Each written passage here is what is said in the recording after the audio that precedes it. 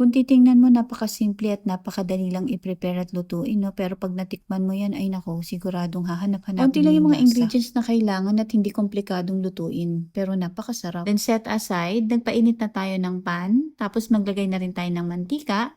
Ilagay na natin isa-isa yung ating mga nabalot na asparagus. Yan, kapag luto na yung kabilang side, baliktarin lang natin. Yung kabilang side naman yung lutuin natin. Yan, luto na yung ating bacon. Pwede natin itong hanguin isa-isa. Tapos, tanggalin lang natin yung excess oil. Tapos maglagay na tayo ng Kikkoman soy sauce. Tapos naglagay rin pala tayo dito ng honey. Hintayin lang natin kumulo. Kapag kumukulo na, hinaan na natin yung apoy. Tapos ilagay na natin isa-isa yung ating mga nabalot na asparagus. Haluin lamang natin ito hanggang sa makoat ng ating ginawang sauce yung ating mga binalot na asparagus sa bacon. Kaya kung wala ka pang naisip na ulamin ngayong araw, ay nako, itry mo na rin to. Grabe, no? Tsura pa lang nakakatakam na. Naka 8 piraso ako.